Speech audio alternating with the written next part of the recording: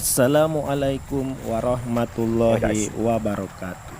Kita bertemu lagi di channel Penyuluh Gagah, channel yang berisi tentang kegiatan penyuluh pertanian di lapangan. Kali ini saya melakukan kunjungan lapan di kelompok tani Arajange. Kelompok tani Arajange terbentuk pada tahun 2007 dengan jumlah anggota kelompok tani sebanyak 29 orang. Potensi luas lahan yang dimiliki adalah 30 hektar. Baik sobat penyuluh, lokasi yang saya kunjungi adalah lokasi milik Ketua Kelompok Tani Bapak Andi Sudirman.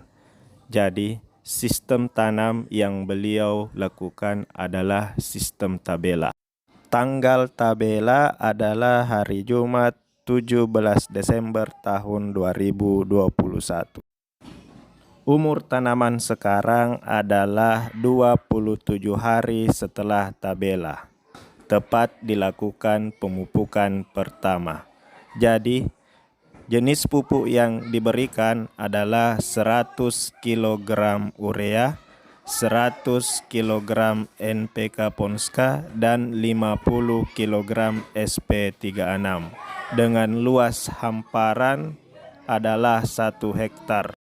Namun sebelum dilakukan pemupukan pertama, terlebih dahulu kami lakukan pengukuran pH tanah dalam 1 petak sawah. Untuk mengetahui rata-rata pH tanah dalam 1 petakan sawah. pH tanah sangat mempengaruhi tingkat efektivitas pemupukan.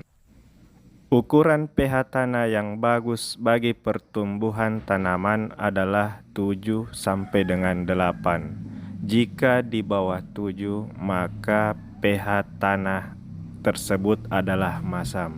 Itu bisa dikatakan bahwa tanah tersebut sakit. Jika tanah sakit, maka akan mempengaruhi proses pertumbuhan tanaman.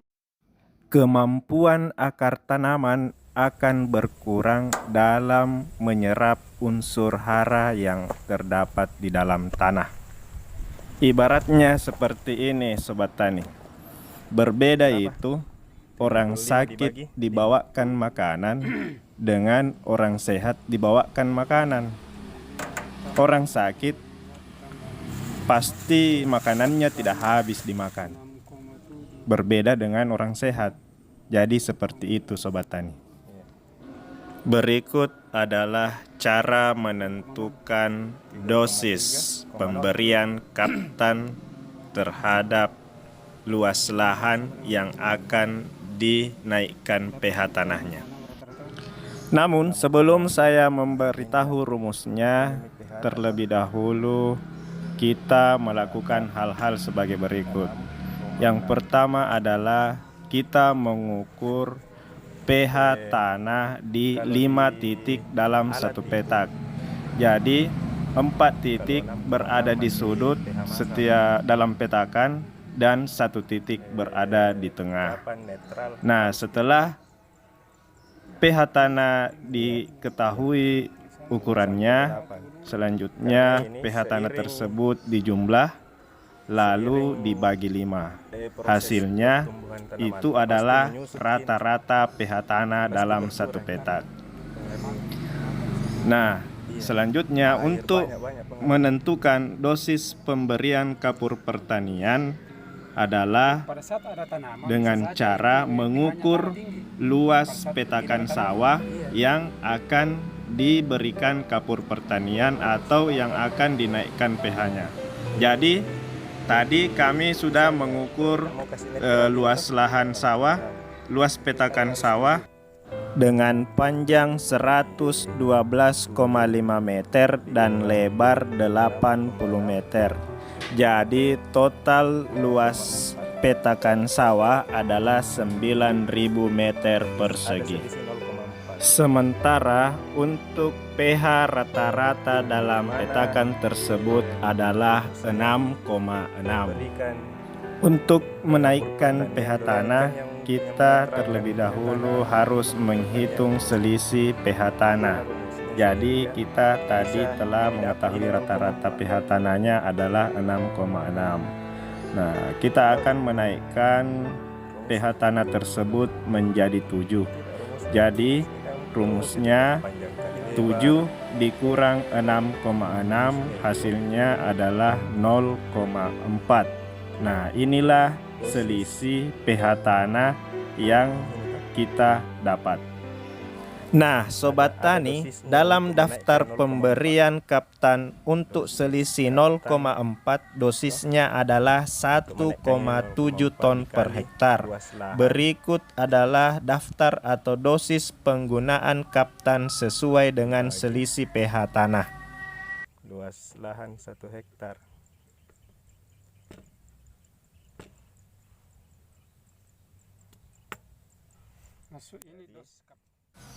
Tabe Sobat Tani, ini rumusnya sama dengan dosis Kaptan sesuai dengan selisih pH tanah dikali dengan luas lahan yang telah diukur atau yang akan diberikan kapur pertanian dibagi luas lahan seluas 1 hektar.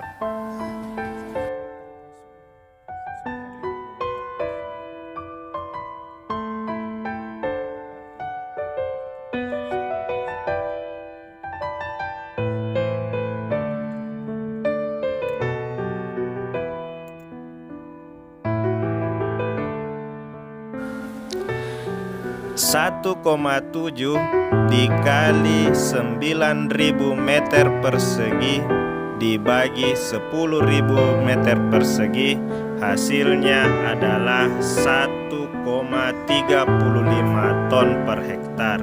Jadi inilah kebutuhan kapur pertanian dalam satu petakan sawah seluas 9.000 meter persegi untuk menaikkan pH tanah dari 6,6 menjadi 7. Untuk aplikasinya jangan sekaligus. Jadi aplikasi pertama pemberian Kaptan adalah 1/2 dari 1,35 ton. Aplikasi kedua adalah 1/2-nya lagi. Jadi dalam 1 tahun diberikan 2 kali pemberian Kaptan. Ini tujuannya agar tanah yang diberikan Kaptan tidak berlebihan.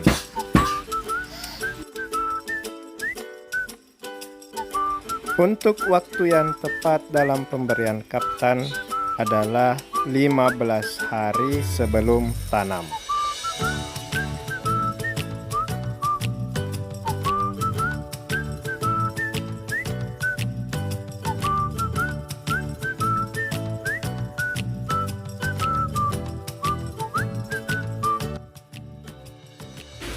Oke Sobat Penyuluh, sekian video tentang cara menentukan dosis pemberian kapur pertanian untuk meningkatkan ukuran pH tanah sawah.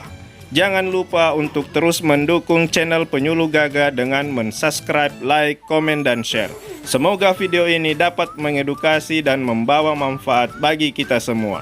Mohon maaf jika terdapat kekurangan dan kehilafan dalam video ini. Wassalam.